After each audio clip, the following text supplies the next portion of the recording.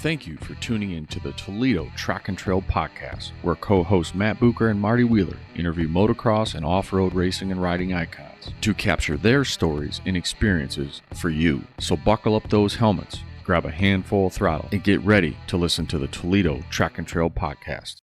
That seems to be a bike that you hear a lot of, from, forgive me, gentlemen, but from like your generations, that's, oh, that 74 Honda, man, that was a good, I hear it from my dad. Boy, that was a good running bike. And, Well, it was an iconic bike like a 64 Mustang, or something like that, whether it's the fastest or not, which is fast, but it was a game changer,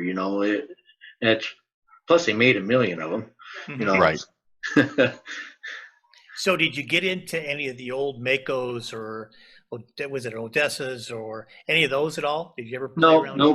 Nope. I've always had Japanese bikes for some reason. I kind of wanted to get like an old Penton or KTM, but it takes a lot of time to have one of those old bikes and race it, finding parts, and I know a lot about these, and so that's what I'm sticking with, I guess. Today, what do you see out there that you think, if you was going to go buy a new bike, what would you buy? I've thought a few times about buying a KTM, but I'd probably buy a Honda. Yeah, that's what I've had for a long time. So many people say that you get a Honda, you get on it, and you ride away, and it fits you. Yeah. Where that you get on a KTM or Husqvarna or Suzuki or something else, you either got a lot, you like it or you don't. It's just one of those things that or you make it to like it. And I started out with what my first real bike was, if I want to categorize the Hadakas and the Benellis and that kind of stuff that I had, was, I want to say a real bike. They're great bikes, but my first Husky that I had. So I'm back to Husky. I like it. It was always been a white KTM. White KTM, and a two-stroke though. I am right. I'm back riding a two-stroke. But yeah, it's like I say, it's so interesting. Like you said, the old Hondas. Myself included, had Hondas for so many years because my wife could ride it, my kids could ride it. I mean, it was just a bike you got on, and they lasted forever. I mean, they seemed like the bike that just seemed like going. Yes. Yep. And I've raced a lot of Yamahas and Suzukis too. Never had a Kawasaki, but my current bike's a Honda. My last 3 or 4 bikes have been Hondas, and plus you get a few spare parts, levers, and everything like that. You hate rebuying all that stuff again. So Matt, what we need to do is invite him over to the Maumee State Forest when it opens, and bring over the electric bike. Let him try the electric bike. Get out there for him, or maybe get him a KTM or a Husqvarna, because I got both of those too. We'll get him over there, so we can let them run him through the woods with that and see how he likes some of these other bikes. Yeah. Have you ever ridden at the Maumee State Forest? Just out of curiosity. Oh yeah. We used to. Me and one of my other buddies from Defiance, Ohio. I live in Bryan, Ohio, is where I live. Okay. We used to, in the early 90s, that's where we rode all winter long, for a few years.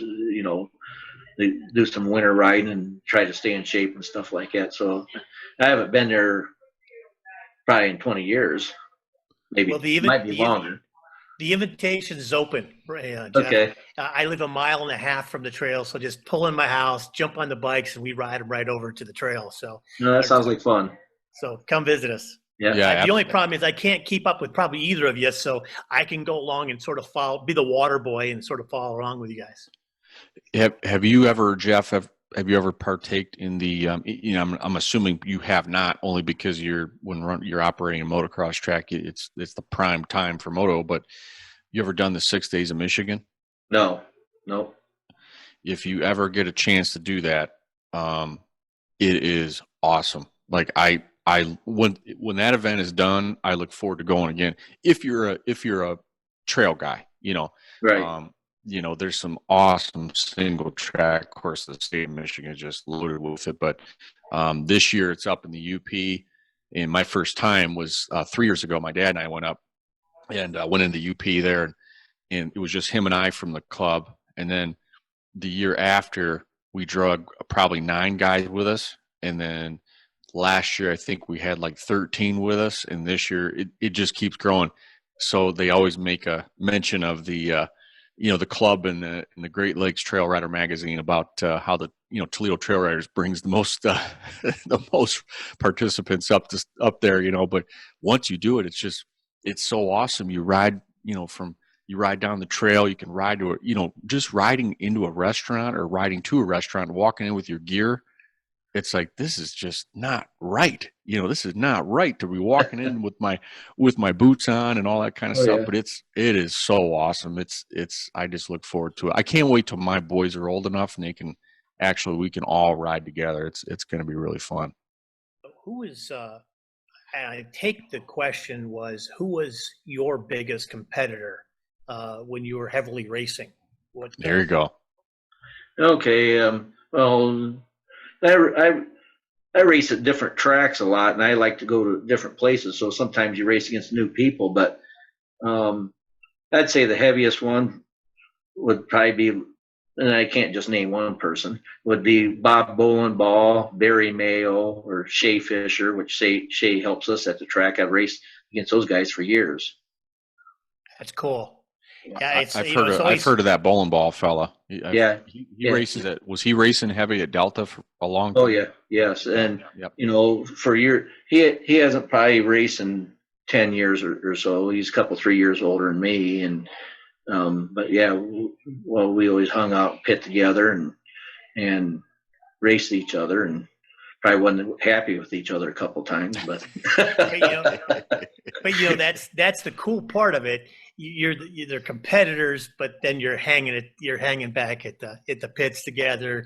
Somebody's bike breaks down, and 3 of you are over there trying to get the bike ready to go for the next race. And so it's such a cool, and then it's the people I've raced with and that were close to what I did. It was just fun. I mean, you got in with them, and I don't want to say the competition went away, but it was just like, let's ride, it just, your blood started getting rolling, and, it was just it was competitor, yes, but just a great time to ride with them.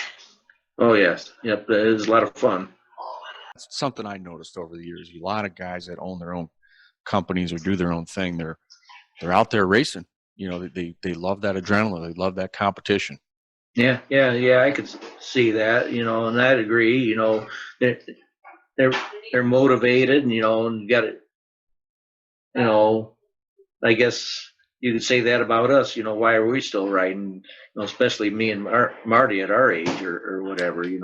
Probably because that's the only thing that we know how to do anymore. But I think it's the business owners. And not only business owners, but other people too. It's the competitive nature that takes to be a business owner.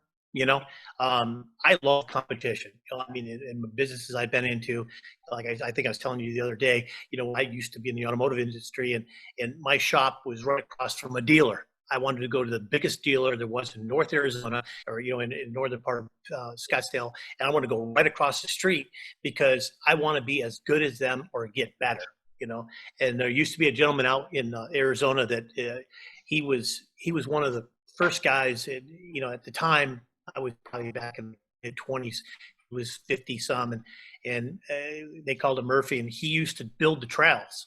He used to clean trails up and shut trails off, and this is stuff in the BLM land that there was no, he didn't owe anybody to do that, but he was sort of maintaining and sort of steward of the trails. And he always laughed at us because my buddy of mine rode together for so many years, and he goes, he asked us to ride. Well, first of all, when you're 20s and a guy that's 50 some asks you to ride because they're slow and we should be able to keep up with them, I'm thinking in my mind, this is not a good thing. These guys are going to kill us. And but it was funny because he says, you ride with squids, you ride like a squid. So competition's good. You get out there, and like I say, I see with these little kids. These little kids are all about the same age. But one young man that rides at our track, he wanted to ride like Lubinski boy. It was so funny because I want to be as fast as him someday.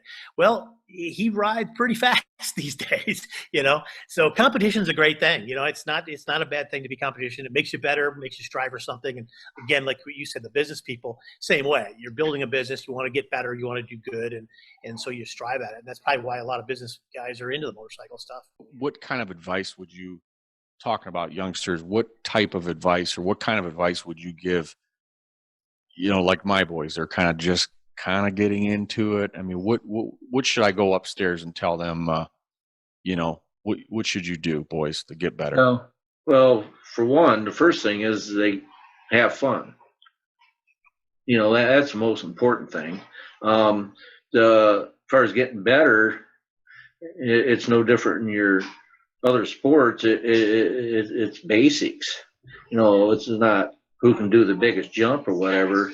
It's the basics of riding your motorcycle, holding your elbows up, weighting your pegs, being forward on it. That's what makes you. If you're trying to go fast, that's what makes you go fast. Yeah, and I think the key word there was the F word, if you will, fun. All your tracks are this way now. I don't even know. They got camping. You got other things to do. The camping's fun. Being at the event's fun. It's fun watching other riders ride. Even in my teens racing. And I'm from this area. I raced at Dirt Rider Park a lot, or Delta, back in the 70s. And, I always walked around and watched other riders racing or trying to learn from them and stuff like that. And I think what tracks offer now is just, a whole fun environment, whether it's right. Camping and racing or hanging out at the track for the parents, which, if you're at the track, you don't have to work when you're there, hopefully. So, right. Well, I tell you, if you don't mind, Jeff, I'm going to give you my wife's cell number. And if you don't mind, just do like an anonymous call, hey, fun camping. You guys might need a toy hauler. Just to throw some, another angle at it there. But yeah, well, I don't know if that'll work. My wife, she works at our racetrack, so she's there all the time. And she used to go with me racing all over the place. But now, if I go someplace, even down to Florida or something, I'm not going to another racetrack. Speaking of fun camping, a little vintage. I think the first time I ever met you or encountered you, Jeff, was at, speaking of my kids again, is their most fun thing to go do with motorcycles is vintage days. Tell us how you kind of got into that. And I know you operate the track down there and build it and do all that. How did you get hooked up with that? And what's been your experience down there? Well, got hooked up through that. Well, actually, before we did that, when Vintage Days was ARMA, I would have been the regional guy at that year, but then they split from the AMA, so I'd have had some, helping with AMA Vintage Days. But Kip Bigelow become the motocross manager, amateur manager, and he asked me and my partner at that time, Bart, if we would build a track down there for Vintage Days. And it's a fun event. It's a cool event. And I think you started doing that in 2011. Did I read that right? Yeah, it could be. I can't remember. But that's according to the internet, and everything on the internet's true. I don't know if you guys it's probably been about that long. Yeah.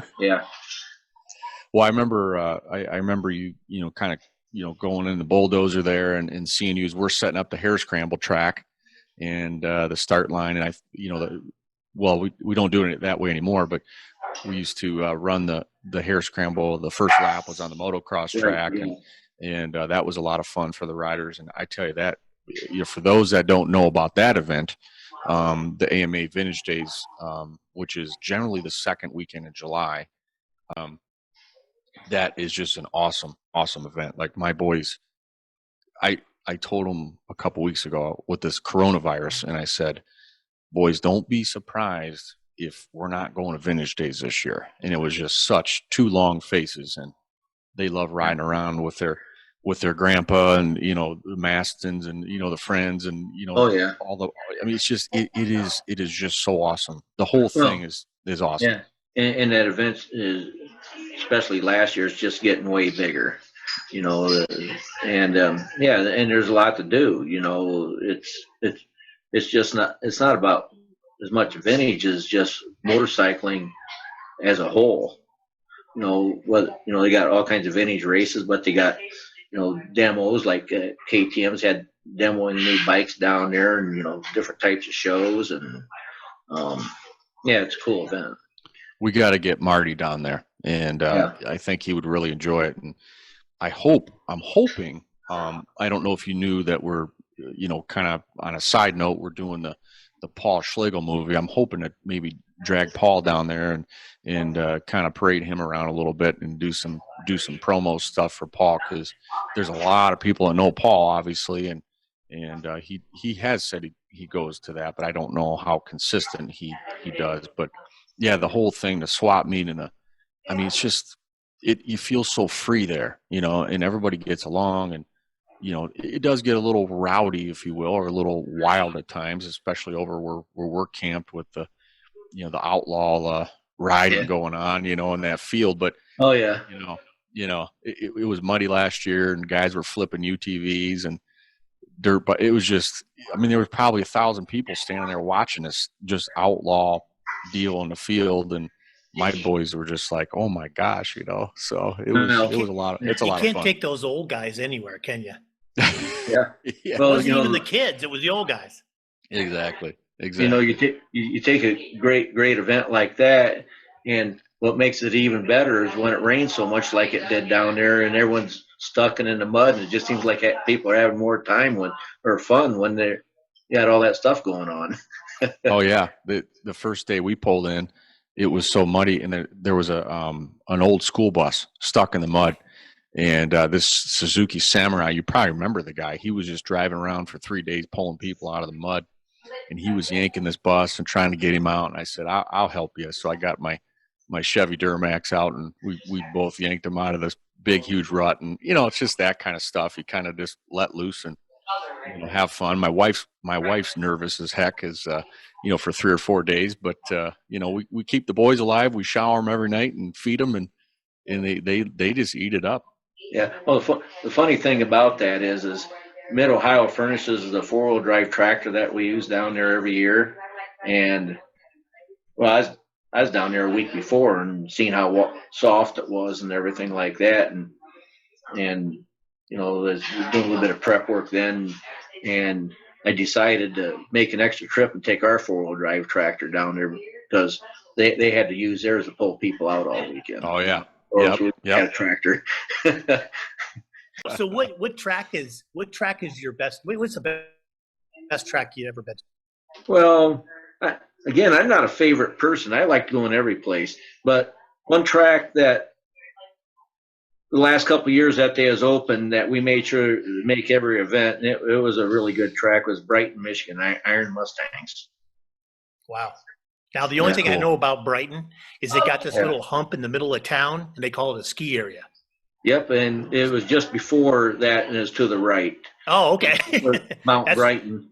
Wow. And I don't know how much of the track is still there, but basically, Target parking lot wasn't against the pits on one end of it, and you know, it was expanding. But it was a pretty cool track, and you know, they had great big turnouts. Wow. There sometimes I remember one time for a spring fling, I think there's like 80 of us in the 30+ class. Oh my gosh. And that place is no longer, just to clarify? Yeah, no longer. Their last season No was longer. in '96. Okay. You know, so Okay. a long time ago. But I would say that a lot of people would probably say that was one of their favorite tracks. Irish Hills, like that one? Yeah, that was kind of one of my favorites too. I raced there in the early '90s. I haven't been there for a while either. I think it's been a way long time. You get greater attendance with racing or practice? You know, that flip flops around, you know, from time to time quite a bit, but there's more practice riders out there right now than racers. I Yeah. would say. Yeah. It's weird how that's kind of inconsistent. You wonder why, but Well, I think some of your people that's raced for a few years, they want to ride, but not necessarily. Racing's a lot of work. You got to be there early. You got to have all your stuff ready. Practice riders, and I've actually seen where people, if we run noon to 5 for a practice day, some of them won't come in till 2, and some of them are leaving at 2. They get their couple of rides in and they're happy, and yeah. they got other things to do. So Well, racing is such a big commitment, especially as you progress and get better. You're just outside of actually going to the races. You're hopefully riding through the week. You're eating right. You're training. You're exercising. You got a wrench on your bike, and yeah. I miss all that stuff, but it is a lot of work, no question. What do you do for fun? What do you like to go do? Do you and your wife travel? Do you like to golf? Do you like to, vacation, or what makes you tick a little bit outside of the motocross stuff? My daughter, she lives down in Indianapolis, so we'll go down there, for the weekend. And we went on a couple of vacations with them, like the Gettysburg, Washington D.C., or someplace else that I can't think of right now. But yeah, I guess we're kind of boring people. We don't have time, I don't think. But mostly when we got time, we go down and visit her down there. Sure. Well, Yeah. family's important, and I guess probably a lot of people don't really realize what time you have for yourself to do. So, if you're, during the week, I know for me, I spend 2-3 days at the track, and, then you have Saturday or whatever, going on for your practice or whatever you got going. So I don't know, when do you start working on the equipment? When do you start making sure the fuels and everything you got your fuel in stock? When do you start working on the track? You start about the beginning of April, or? Well, the equipment I started as soon as race season was over. I usually got big projects like my 850 dozer. I built a set of rippers for it this winter, which took a lot of time, and I did a lot of other work to that. But usually I got a couple major projects going on there, and I never get all the maintenance done that I need to do. As far as that actual track, which, well, this is real late for us to be starting. We haven't started yet. But I've worked on the track a little bit. Normally I don't work on the track till just before the first event, because like a couple days, because I have it prepped up. And when you're starting early in March, you don't want to be digging anything up or making it loose till right before, because if it rains, it doesn't dry very good then. And but just on the facility, we've been putting fencing up, and I've been working on that the last couple of weeks, and like I said, running a fiber optic line, and working on around our pond, or it's more like a water puddle that we use for the water truck. That was pretty full of muck, and I cleaned that out last fall, and there's always something. Yeah, I'd say that I think people really don't realize what it takes. Like I say, we usually service our equipment at the end of the year. And then I usually do a somewhat of a light service, before we start, make sure everything's good. And we use our equipment a little bit during the wintertime at home. And so we do that. But like I said, there's so many, other than just touching the track, you've got your fences and you've got your repairs. You always got a fence that's heaving or something that fact, or somewhere along the lines, electric line is quit, and you got to figure out what for. The little mouse had made his dinner. So, it's like, say, so really, I guess what the point I was trying to make is, you get done at, I don't know, when's your last race practice? November? In October, usually. October. Yeah. So basically November, you finally quit the racing, and probably, like you said, service everything, get everything all done, and you're all done. So there's the month of November. So then you got December, January, and February. That's really that you can do your own thing with, because then right next thing you know, you're thinking, oh, here comes, March again, so, yeah. So you're a very short window to do, to do anything on your own, to be able to do stuff. So yeah, I had a kitchen project and family room project that I started last year that I got mostly done. I was going to finish it this winter, and I didn't get a chance to do that. Well, my wife does landscaping, and this will be the first year that we actually have our own home landscaped before August. So usually she's right into it, and she doesn't even get a chance to even touch ours until August. So this year she's got her done. So yeah, it's been it's been an interesting year, and I think hopefully we're seeing maybe somewhat of a light at the end of the tunnel, if you want to say. I'm not sure it's going to be a month or 2 months or what it may be, but we're hoping to see some good outcome and everybody stay safe and be healthy coming up. So I went to my drawer tonight to see if I could find a Log Road T-shirt. Is this like really bad? Picking on him a little bit. I couldn't find a Log Road T-shirt, so I put on Championship Power Sports because I see him at Championship quite a bit. He's over there with the boys, so I figured he wouldn't get too upset. Than me wearing an MX Express shirt, So. Oh, that doesn't bother me at all. And the guys at Championship, they're good guys. Yeah. I got a good relationship with them. You got a good relationship with them, and they're good for sport. And same thing, they're as much motocross as we are. Oh yes, maybe. They provide a lot of stuff to us. We do a little giveaway usually every event we have. Every practice stuff. Whether it be a pair of goggles or a gas can or whatever. And they provide this stuff all the time for us to give some stuff away to the little guys and some of the big guys and stuff. So no, they've helped us a lot too, and we really appreciate there. But hint, I just don't have one of those Log Road T-shirts. I can find. I'll see if I have one. Was that Marty? I get a couple of you guys. Was that pretty bold? Well, Marty, you walked all the way around the whole house to get in the front door to ask him for a T-shirt. That was terrible. Yeah. Anyway, we got there.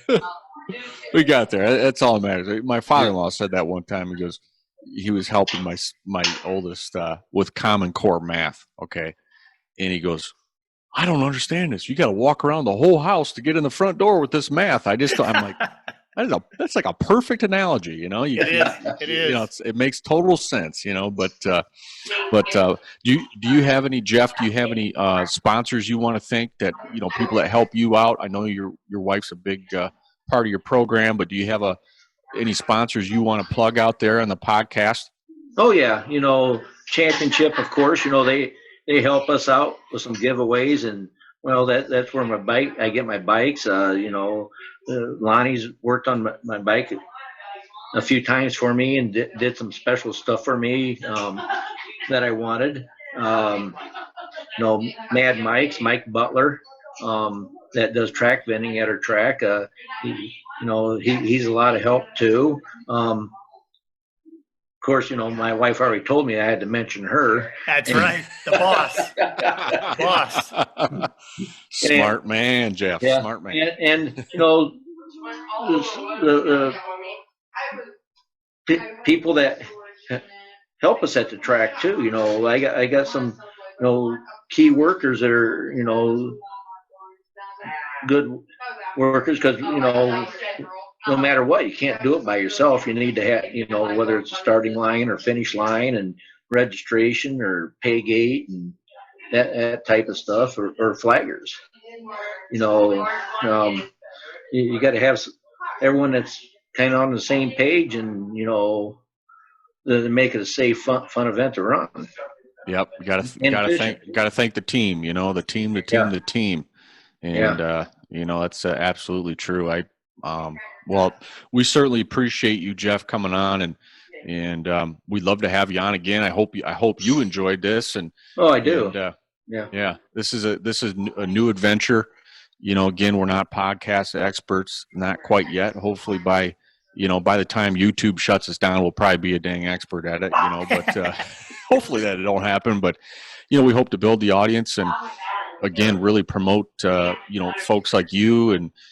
Different track operators. We're hopefully, a lot of people you mentioned names are on our list to talk to. So we'll see where this path takes us. But all the best to you this season in 2020. Hopefully your track gets open and ready to go and get this virus out of the country so people can start enjoying your track and get out racing and riding again. So any parting thoughts, Marty, on your behalf? Yeah, I just want to thank Jeff, guys. Like I said, he's been a big part of our operation, and just getting it started and doing that. And again, what we hope out of this is that a lot of people don't see you out there because you're out there working, you're out there in the dozer, you're out there working. So this will get an opportunity to see who is Jeff Beerbower, because like I say, when you're out there track, it's like sometimes you're just running. So you don't get to chat with us. So I do it differently. I make all my guys work, and then I just walk around the track and talk to people. So they knew who I am. They just don't know anybody else. That's baloney, Marty. You know that. So I've seen you in action. So no, it's good though. I really appreciate getting a chance to talk to you. I haven't talked to you in a while. Like I say, I think I saw you last time I saw you. I think it was you were at championship. So it's good. But thank you so much. Really appreciate it. I know my boys. I don't know if you noticed, but we're rotating Saturdays and Sundays now this year, and the whole reason is they want to race. So okay. So now they can come out on Sunday because before we've always been running practice on Sundays. So yeah, they said this. Go ahead. Yeah, I think I was up to your place once last year to run. I went up there with a buddy in the springtime, and it's hard to get places, but I did see that you're rotating some Saturdays and Sundays. Yeah, I say that my guys just said, hey, we want to ride. We want to race a little bit.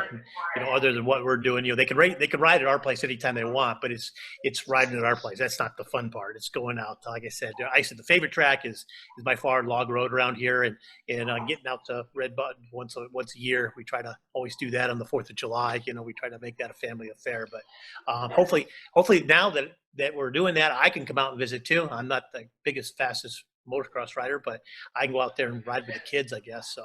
Yeah, well, I think at our age, none of us are the fastest no more. I was riding with the girls, but the girls were beating me. So there's usually 2 or 3 little guys that can't quite beat me yet. So I'm not last most of the time. Yeah, well, if you have fun, that's all that matters. That's all that matters. Thank you so much, Jeff.